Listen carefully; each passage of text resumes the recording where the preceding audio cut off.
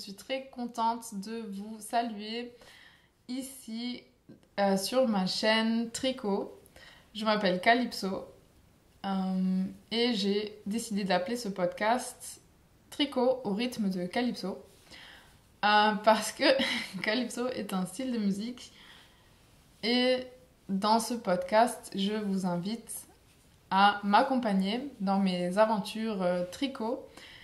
Un peu de filage aussi, comme vous pouvez le voir ici derrière, j'ai mon rouet.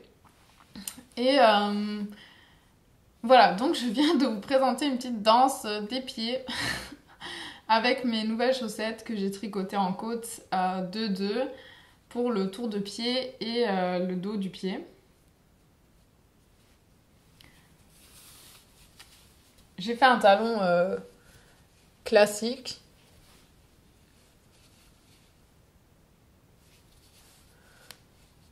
Je n'ai pas l'habitude de bloquer mes chaussettes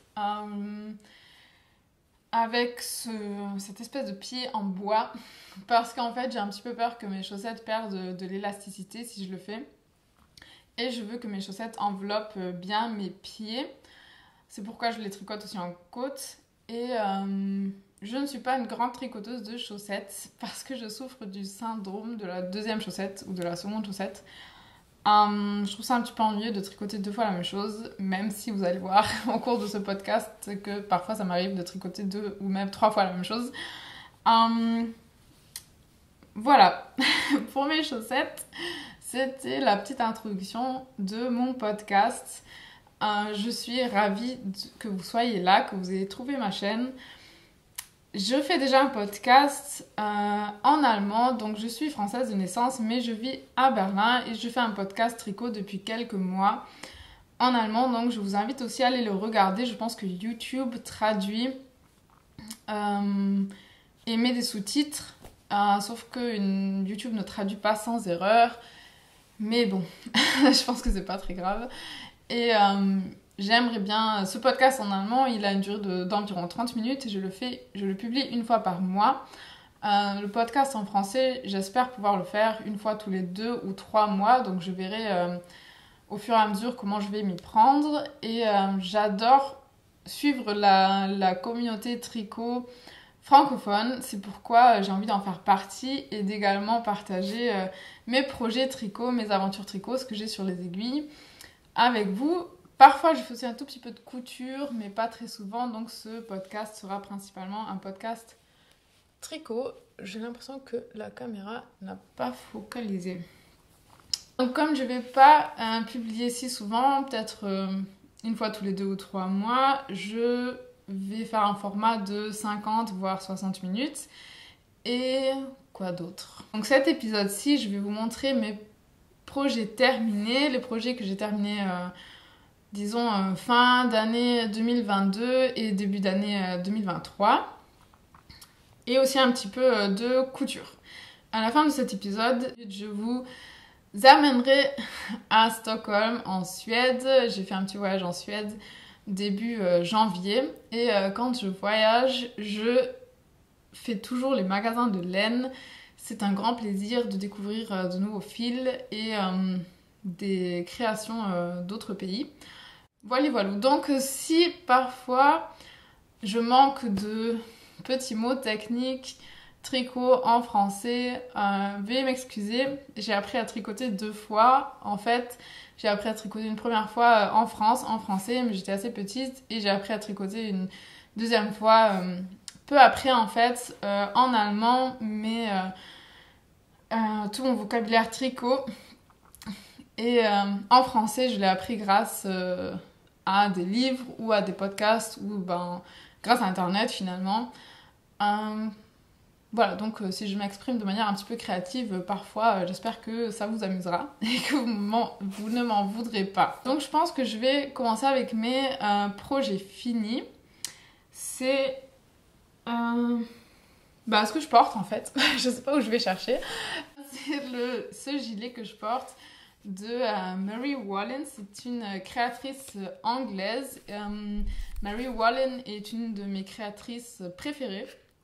Elle fait beaucoup de design jacquard. Ce modèle est un modèle de ce magazine, ce petit cahier Autumn. C'est le modèle Saphir.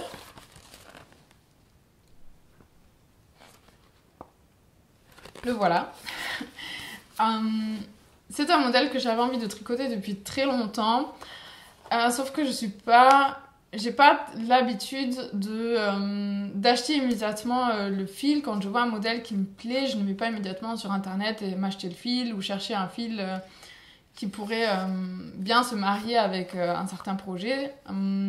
Je préfère cogiter un peu, laisser le modèle de côté et si quelques mois plus tard ou même années plus tard, j'ai toujours encore envie de tricoter ce modèle, ça veut dire qu'il me plaît vraiment.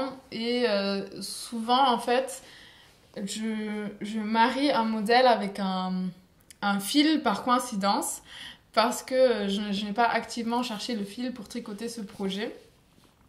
Plutôt, je cherchais un fil pour tricoter autre chose, en fait, où je regardais sur Internet et j'ai vu ce fil qui m'a plu, je l'ai commandé.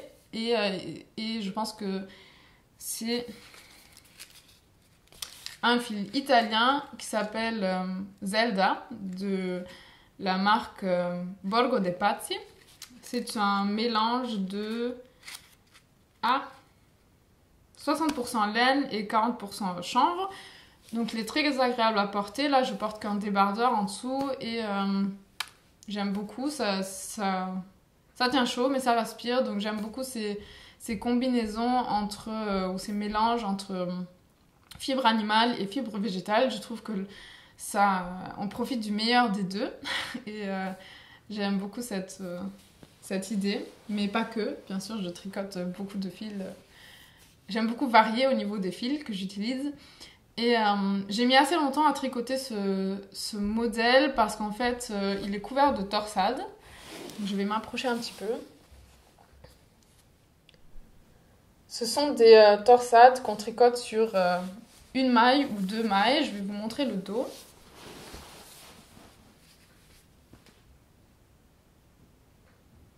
C'est un modèle assez élaboré et le patron de torsade est assez grand, c'est-à-dire que il faut toujours garder ses yeux sur le tableau, sur le patron.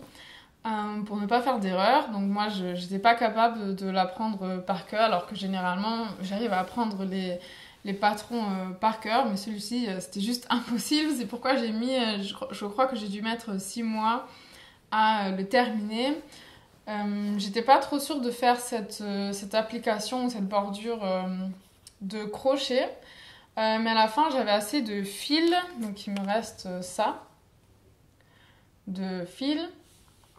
Et je l'ai fait, mais je n'ai pas suivi le patron de Mary Wallen parce que je ne sais pas vraiment lire les instructions de crochet, même si bon, c'est pas très différent de lire un patron tricot, mais j'avais pas trop envie de me concentrer là-dessus, donc j'ai plutôt cherché des vidéos sur YouTube et j'ai un peu inventé moi-même au final. Je trouve que ça lui donne un aspect assez dramatique. Et je suis très contente du résultat, je le trouve très beau, très élégant.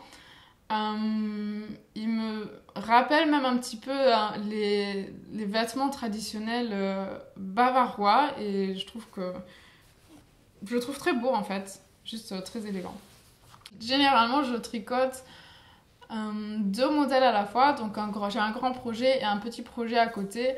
Mais comme j'ai mis autant de temps à tricoter ce modèle, j'avais toujours un second grand projet sur les aiguilles.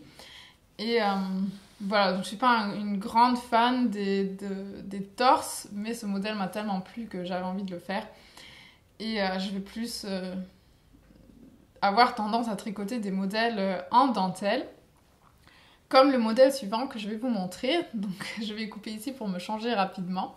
À tout de suite. Coucou, me voilà de retour avec ce deuxième projet fini que j'ai dû terminer environ en octobre de l'année passée. C'est plutôt un modèle printemps-été, donc je vais pas le porter tout de suite maintenant, c'est pourquoi il est un petit peu froissé là, parce qu'il était dans mon placard. J'ai tricoté ce modèle parce que j'avais envie d'un modèle zéro cerveau, et les devants de ce modèle sont vraiment zéro cerveau, mis à part peut-être un petit peu le bord qui a un petit peu de dentelle et ici en bas. Voilà. Donc le dos, pardon, est entièrement en dentelle. Pareil pour les manches. Donc les manches, elles sont en dentelle comme ça. Et le dos est différent. Je vais faire le tour.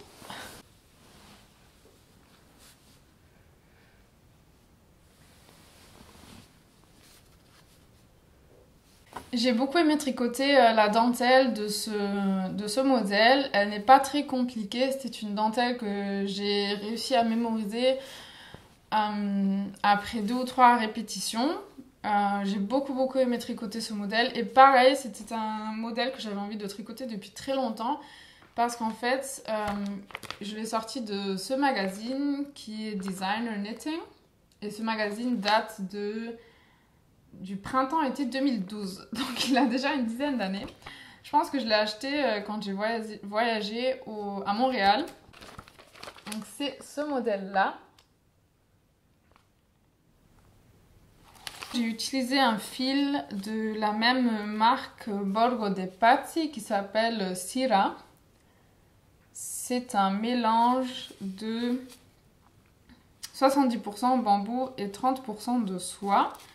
J'ai beaucoup aimé le tricoter, il était très agréable sur les aiguilles et j'aime beaucoup le porter.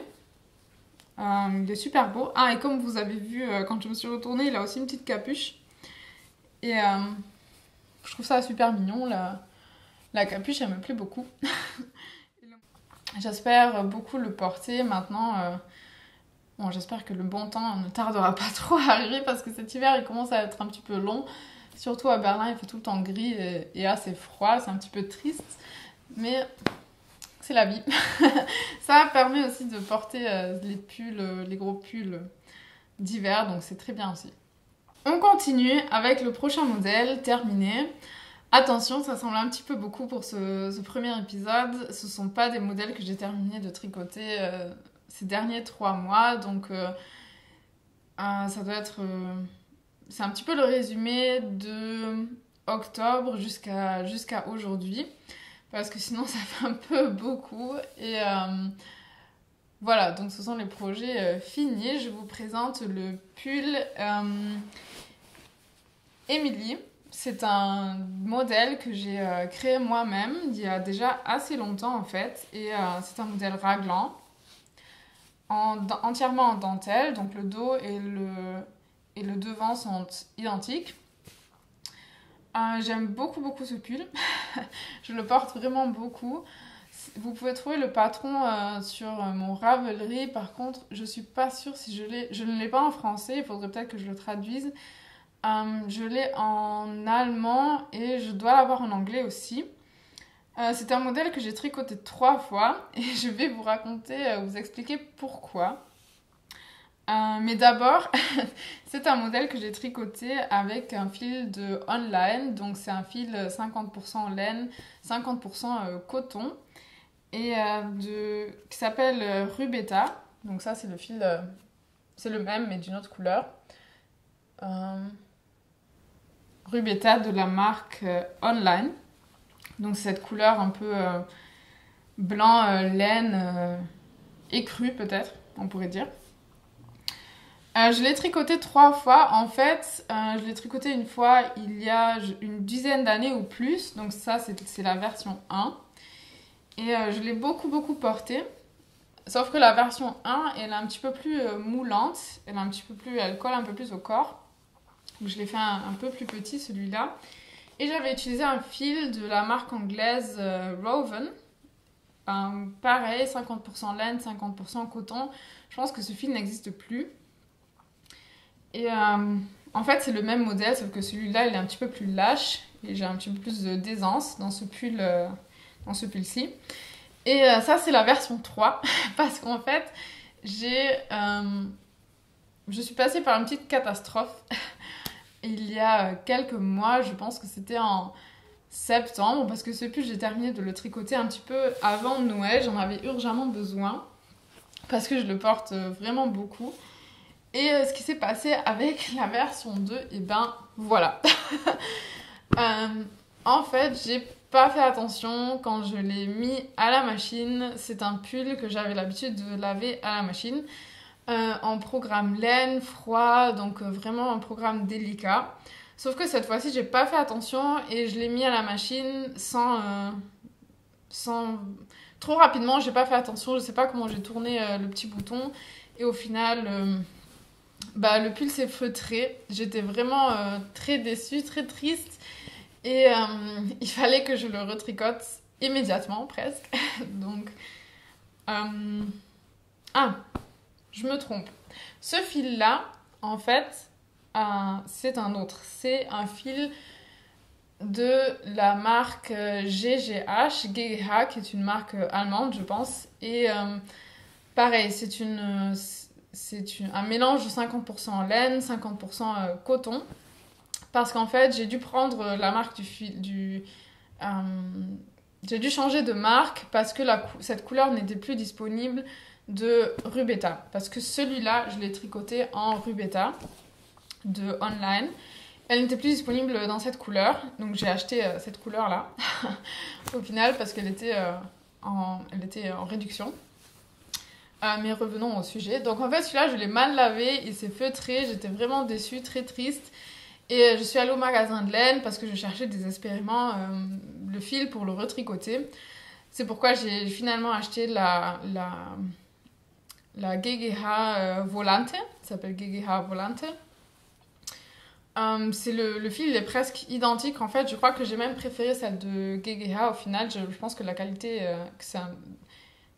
qu'il est un petit peu de meilleure qualité, même si la différence n'est pas grande, je pense. En tout cas, j'ai préféré ce fil-là de GGH et de Online par rapport au fil de Woven. J'avoue que le fil de Woven a moins bien vieilli que le fil Rubetta et de Online et Volante de GGH. Voilà, donc je suis allée au magasin de laine, j'ai pris mon pull feutré, je l'ai montré à la vendeuse, je lui ai expliqué mon malheur. Et j'avais l'idée d'en faire un coussin pour mon canapé, tout simplement, de faire un petit peu de upcycling.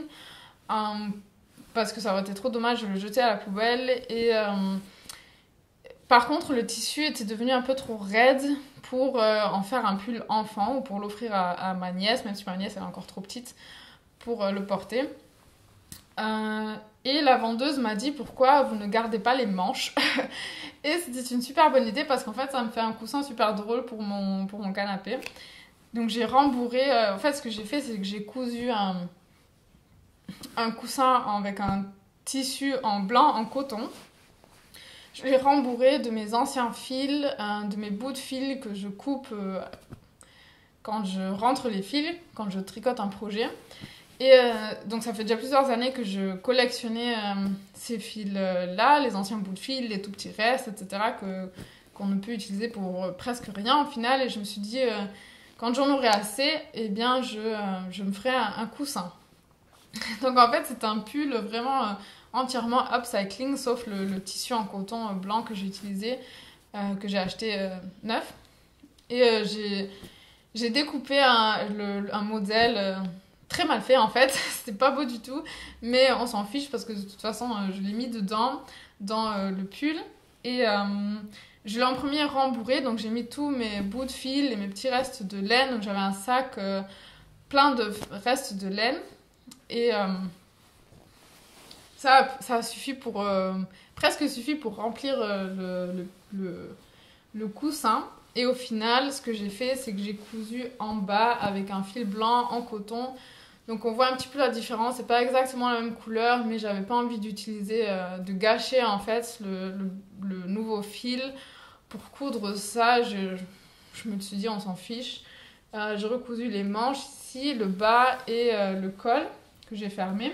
Et ça me fait un super coussin pour mon canapé en fait.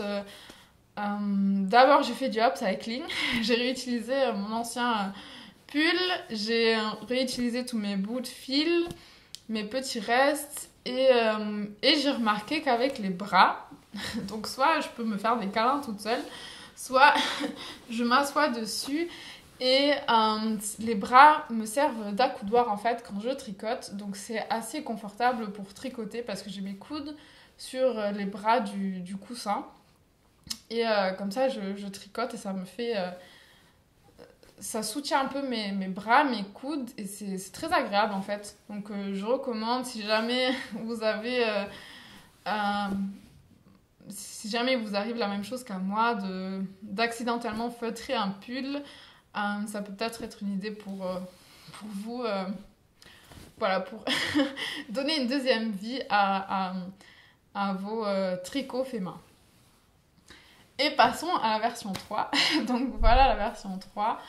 Ça m'a également permis d'améliorer un petit peu le patron. Donc c'est un patron qui est déjà sur Ravelry depuis assez longtemps en fait, et que plusieurs personnes ont déjà tricoté. Donc si ça vous intéresse de le tricoter, je pourrais le traduire en français.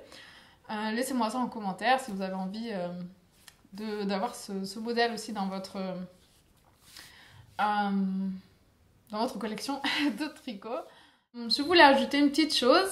Ce pull est tricoté en pièces, c'est-à-dire que j'ai tricoté le dos et le devant en même temps jusqu'aux emmanchures, donc jusqu'ici, sur la même aiguille mais avec deux pelotes différentes. Pareil pour les manches, je les ai tricotées jusqu'aux diminutions raglan, les deux en même temps, à plat donc, sur la même aiguille avec deux pelotes différentes. Et ensuite, j'ai placé les 4 parties sur une très longue aiguille circulaire de manière alternée, c'est-à-dire en premier une manche, ensuite le devant ou le dos, puisqu'ils sont identiques, ça revient au même, et ensuite la seconde manche et puis la deuxième partie du corps. Et après ça, j'ai tricoté les 4 parties en même temps pour être sûre que les diminutions raglan soient identiques sur les 4 parties. Voilà, donc c'est une petite astuce que moi j'ai l'habitude de faire. Ça peut paraître pas très pratique pour certaines personnes. Ça dépend, essayez si ça vous plaît ou si ça vous plaît pas. Hein. Chacun a ses habitudes, ses astuces.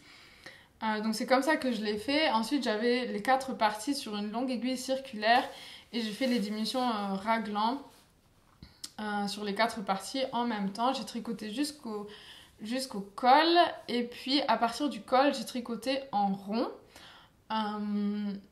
avec une pelote, c'est-à-dire j'ai coupé les 3 autres et j'ai tricoté en rond, ce qui a rassemblé les 4 ou assemblé les 4 parties, donc les manches, le devant et le dos. J'ai fait un rabat tubulaire pour le col parce que j'ai fait aussi un rabat. J'ai aussi monté les manches j'ai fait un montage tubulaire également. Et donc je voulais que ça coordine. Et je trouve que pour les côtes 1-1 ou les côtes 2-2, le rabat tubulaire et monter les manches en tubulaire, c'est ce qu'il y a de plus joli et de plus harmonieux. Voilà, donc c'est un peu la manière dont j'ai construit ce pull. Et pour finir, il faut coudre les émanchures raglan, donc assembler les manches avec le corps, et aussi coudre ici des côtés. Donc moi j'ai des anciennes photos de ce modèle, donc du premier, je pense que ça doit être de celui-là. Non, du deuxième, de celui-là, avant de le feutrer sur Ravelry. Et d'autres personnes l'ont tricoté, donc vous pouvez voir les projets finis d'autres personnes et leurs photos aussi sur Ravelry. Il faut encore que je prenne des photos de la 3e version, et tricoter une 3e version m'a aussi permis d'améliorer et d'ajuster le patron et d'ajouter 2 tailles supplémentaires. Voilà, donc c'était tout ce que j'avais à dire sur ce modèle Emily. Je passe au dernier projet, à l'avant-dernier projet fini pour ce podcast. Ensuite je passerai à mes projets en cours. Il s'agit de ce gilet que j'ai tricoté maintenant avec la Rubetta de Online. J'ai utilisé cette super belle couleur. C'est un modèle que j'ai tricoté en une pièce, donc en aller-retour, parce que c'est un gilet, il est ouvert ici devant, mais de haut en bas. J'ai fait des sections de point mousse, ici, donc le col est en point mousse. Ensuite j'ai fait des petites sections de point mousse ici pour terminer les manches 3/4. Ici, j'ai fait une grande section de points mousse ici en bas. Également, ici en bas, pour terminer le gilet, j'ai fait une grosse section de points mousse. Donc, j'ai tricoté d'en haut en bas. Ensuite, ici, on sépare les manches. Les manches, on les tricote ensuite. Les boutonnières aussi, je les ai faites après. Donc, il faut relever des mailles ici et tricoter les boutonnières en points mousse. J'ai déjà cousu les boutons, que je trouve très très beau. Et voilà, j'aime beaucoup comment le gilet il tombe ici et aussi à l'arrière. Donc le gilet a un petit peu une forme en A. Je vais me retourner pour que vous puissiez voir le dos.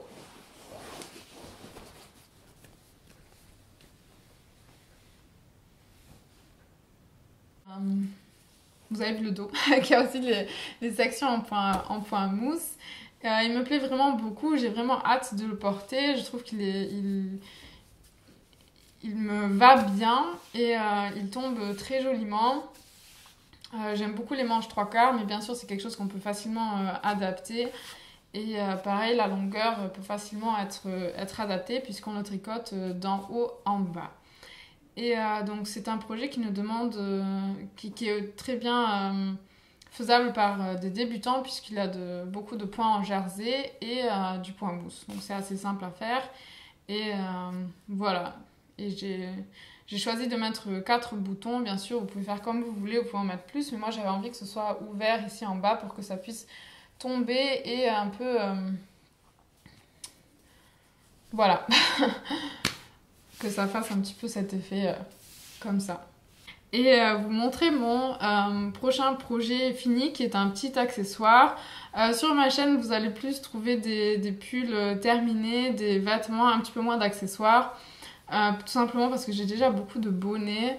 Donc souvent je tricote plutôt des accessoires pour d'autres personnes ou des accessoires qui me permettent de faire un échantillon. Donc comme c'est le cas pour ce col. En fait ce col il m'a surtout... j'en avais besoin un petit peu parce que quand je fais du vélo, j'avais besoin d'un col assez serré que je puisse tirer au-dessus de mon nez pour qu'il couvre la moitié de mon visage quand je fais du vélo. En hiver et qui soit assez long, donc qui chauffe bien cette partie ici.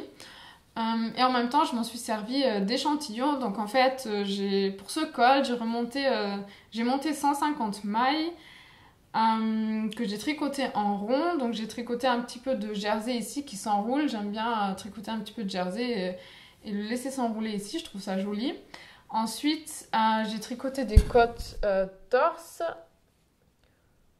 ici. Et en haut et en bas. Et le reste, je l'ai tricoté en jersey en rond. Je pense que j'ai utilisé une aiguille 3 mm et c'est le fil Carmen que j'ai acheté lors d'un voyage au Portugal en septembre, qui m'a beaucoup plu. J'ai vraiment beaucoup aimé les couleurs. En fait, en magasin, je l'ai acheté à Porto, au magasin Ovelha Negra. Et j'avais acheté un premier écheveau donc pour faire ce col. Et en fait, malheureusement, quand j'ai vu le fil, il m'a beaucoup plu, mais j'ai pas osé l'acheter immédiatement parce que je réfléchis vraiment beaucoup avant de m'acheter de la laine parce que j'aime pas avoir un gros stash, une grosse réserve de laine chez moi, ça me stresse. Et je préfère acheter petit à petit quand je sais que je vais tricoter quelque chose, quand j'ai des idées et des projets en tête. Même si je vais me contredire tout de suite un petit peu. En tout cas, je réfléchis bien avant de m'acheter quelque chose, j'essaie d'avoir un projet en tête et tout. Et voilà, donc j'ai acheté...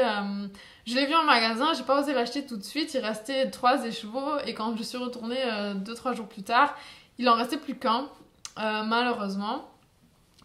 Donc j'ai acheté les chevaux qui restaient et je me suis dit que je commanderais en ligne parce que ça me plaisait vraiment beaucoup et j'avais envie de tricoter un pull avec ce fil. Donc c'est un fil fingering, c'est à l'épaisseur d'un fil à chaussettes. Parfois j'ai un petit peu du mal avec les épaisseurs de fil en anglais parce que moi je m'oriente plutôt au nombre de mètres sur 50 grammes. J'utilise pas trop tout ce qui est fingering, DK, enfin je connais, je sais à peu près à quoi ça fait référence, mais moi je m'oriente plutôt au mètre, combien de mètres sont sur 50 grammes par pelote ou 100 grammes en fonction de la pelote ou de l'écheveau. Et au final, j'étais très contente d'avoir acheté plus tard ce fil, donc celui-là, Carmen, sur internet, parce qu'en fait, c'est un fil qui s'appelle Carmen de Gusto Wool, qui est teinte à la main. Et cette teinture-là, donc ce lot de teinture, a des couleurs un petit peu différentes. Donc ces couleurs-là, elles sont plus saturées et j'ai préféré les couleurs plus saturées à celles-là qui sont un petit peu plus douces. Même s'il est très très beau aussi, hein, le col. Et donc ça m'a servi d'échantillon pour tricoter le projet que je vais vous montrer là, que j'ai en cours. Dans mon petit sac tricot. Donc j'en suis là.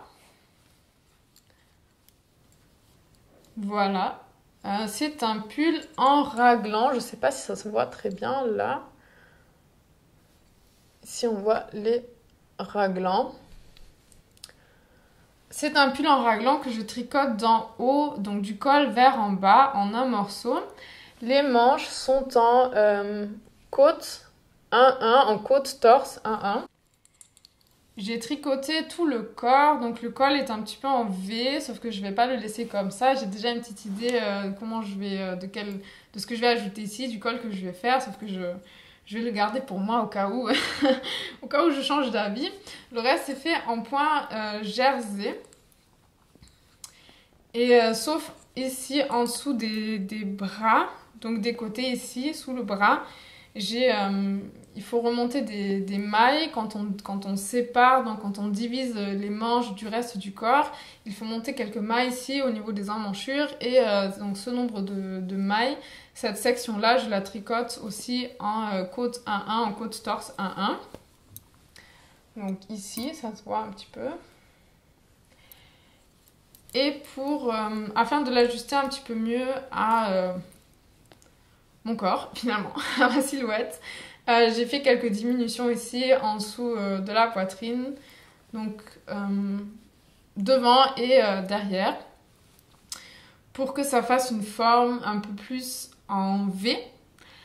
Et donc en fait, au final, ce modèle a un petit peu une coupe vintage, j'ai l'impression, parce qu'ici en bas, je termine aussi en côte 1-1, en côte torse 1-1, donc en fait, ça va donner ici un pull plutôt large avec assez d'aisance. Et ici en bas, cette dernière partie, elle sera donc moulante, collée à ma ceinture et à mes hanches. Voilà, donc j'en suis là.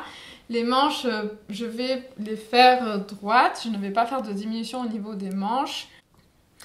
Et pour finir, je vais diminuer juste avant le poignet, donc juste avant le dernier bout du poignet, que je vais tricoter aussi en côte 1-1, afin d'avoir un petit peu des manches ballon au niveau du poignet. Donc c'est un petit peu ce que j'imagine pour ce pull-là. Il me plaît beaucoup, je suis très contente du résultat. Voilà. Rebonjour. Malheureusement, je n'ai pas réussi à tout filmer le même jour parce que la batterie de ma caméra m'a laissé tomber en cours de route, mais ça ne fait rien. On reprend donc. J'espère que je ne vais pas me répéter ou oublier quelque chose, mais c'est la vie. Je vais en premier passer par mes projets couture avant de vous montrer mon dernier tricot en cours, parce que grâce à mon dernier tricot en cours, je vais faire le lien avec mon petit voyage à Stockholm. C'est pourquoi je passe en premier par mes projets couture. Voilà, je ne fais pas la couture très très souvent. De temps en temps, ça m'arrive d'être inspirée, mais j'ai besoin de quelques jours de congé pour faire de la couture, franchement, parce que ça demande quand même beaucoup d'investissement d'installer la machine à coudre et moi ça me demande beaucoup de temps et beaucoup plus de patience que le tricot. J'ai l'impression qu'il y a un peu deux camps différents. Il y a le camp tricot qui a beaucoup de patience pour tricoter, qui peut tricoter pendant des heures. Et il y a celles et ceux qui sont capables de faire de la couture pendant une journée entière. Et justement, c'est un peu la différence parce que le tricot, je peux en faire pendant une heure ou une demi-heure ou même juste 10 minutes le soir avant de m'endormir, tandis que la couture, ça ne vaut pas la peine de s'y mettre 10 minutes. Il faut quand même beaucoup plus de temps. Beaucoup plus de temps en bloc et je n'ai pas trop la patience pour ça mais pendant les petits jours de congé entre Noël et Nouvel An je me suis assise, je me suis installée et j'ai fait quelques projets couture. Je ne vais pas tout vous montrer parce que sinon la vidéo risque de devenir un peu trop longue, mais j'avais envie de vous partager mes sacs à projet que j'ai cousus. Je suis vraiment très contente de ces petits sacs à projet. Ce sont des sacs japonais. Le tissu aussi est japonais. C'est une coïncidence. En fait, j'étais à un magasin de tissu parce que je cherchais quelque chose. Je suis tombée sur ce tissu en lin qui m'a vraiment beaucoup plu. J'aime beaucoup les coquelicots. Enfin, moi en tout cas, je vois des coquelicots sur ce tissu. Et j'ai eu envie de faire des petits sacs à projet. Donc je les ai réalisés grâce à un tutoriel que j'ai trouvé sur YouTube, que je vais vous mettre en bas dans la box d'informations. C'est un tutoriel très facile à suivre, il est en japonais, mais il y a des instructions insérées à l'écran en anglais et la vidéo est tellement bien faite que franchement c'est pas compliqué à faire. Grâce au tutoriel, si on le regarde plusieurs fois et...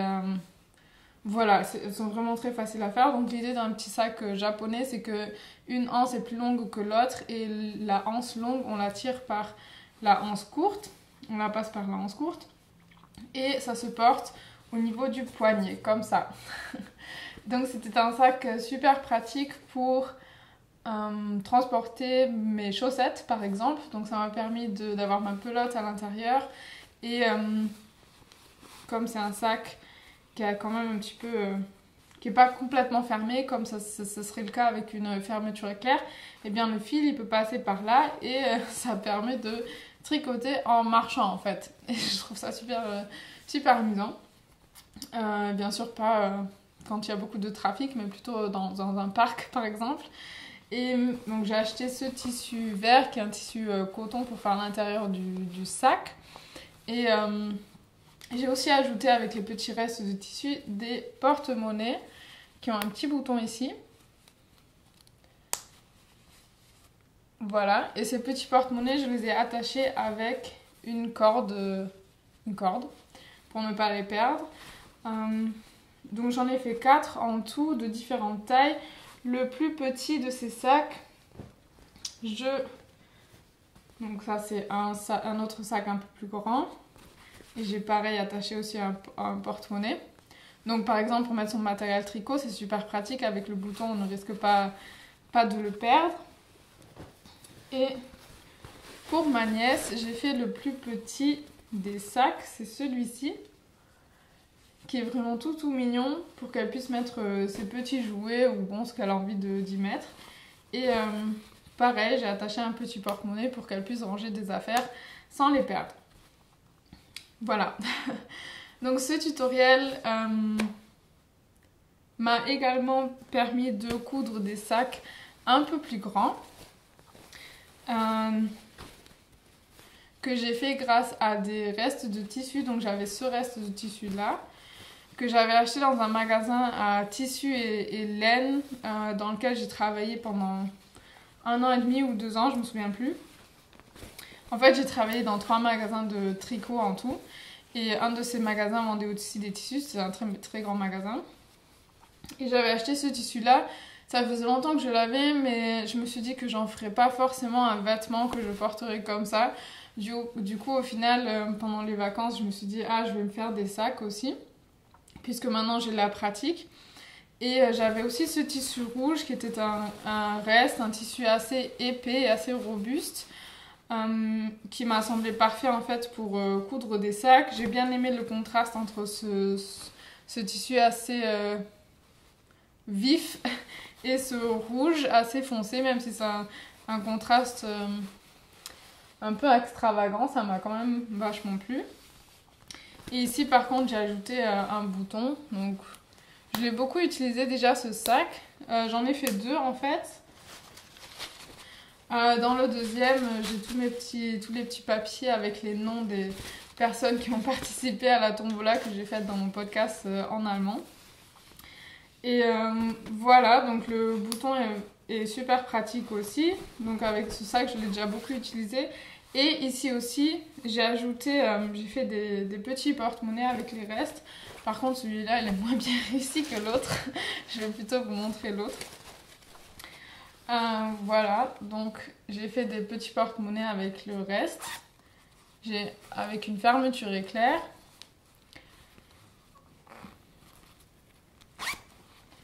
Voilà.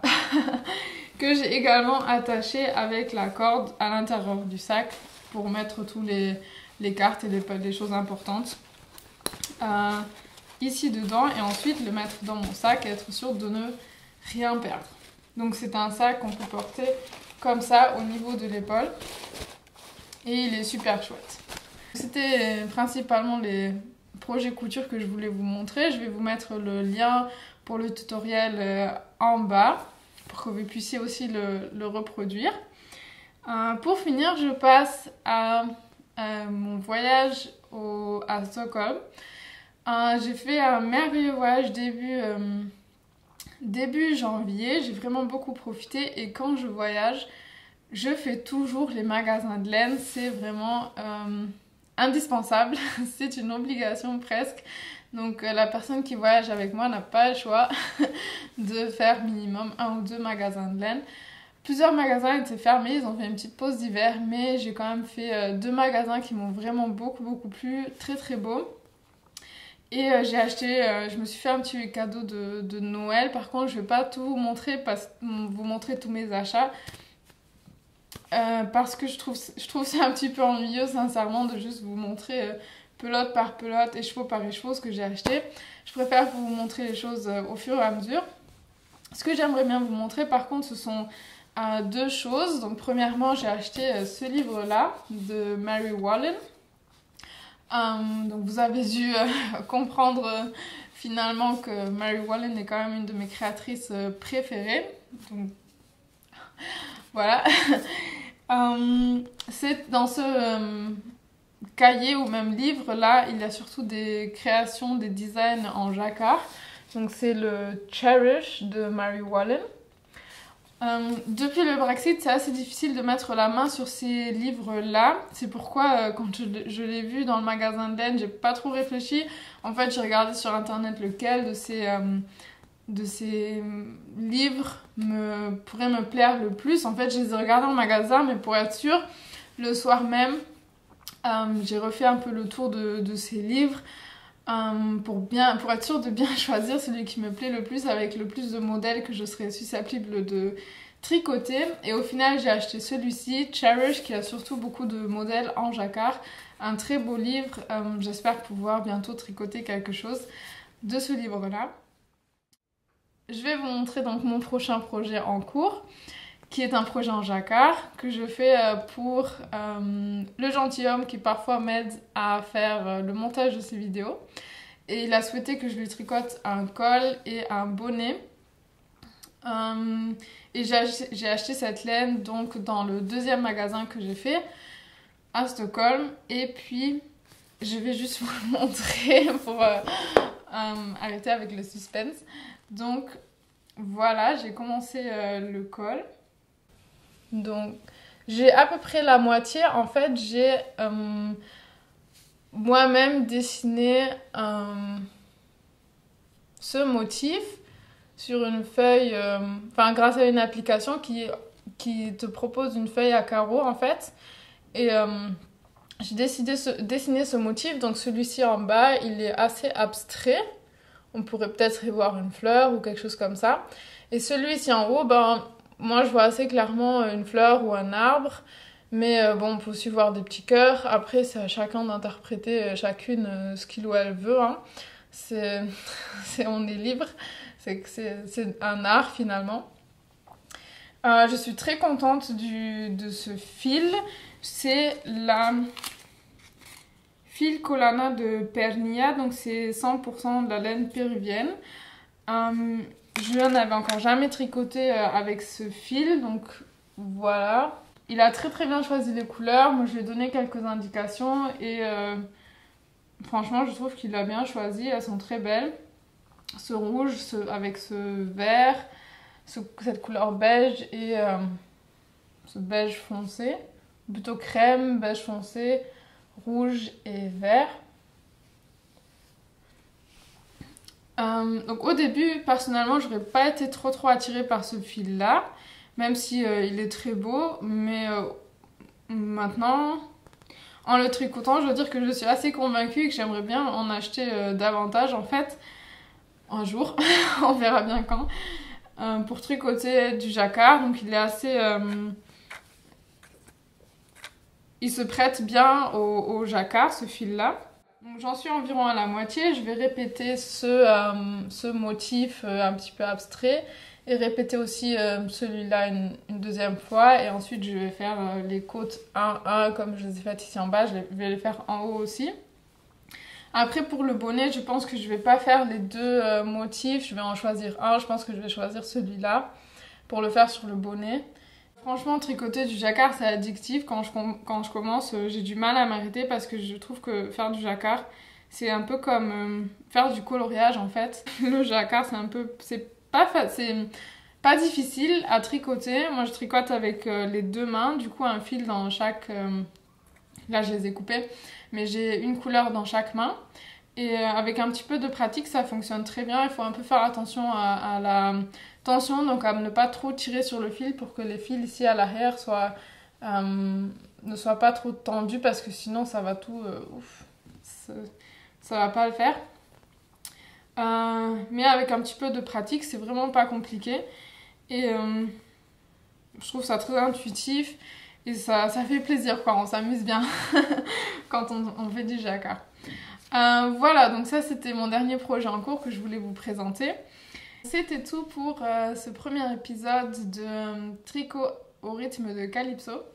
Merci d'avoir regardé jusqu'ici, ça me fait vraiment plaisir et je vous invite à me laisser un petit commentaire ou un petit pouce ou même un petit abonnement si ça vous a plu et vous souhaitez avoir de mes nouvelles bientôt. Pour terminer cet épisode, je vous invite à m'accompagner à Stockholm pour faire le tour de cette merveilleuse ville qui est très très belle. Donc vous aurez des paysages enneigés vraiment merveilleux et aussi des petites découvertes laineuses. Donc je vous invite à m'accompagner à faire les magasins de laine avec moi à Stockholm et je vous dis à tout de suite ou à la prochaine. Bye bye!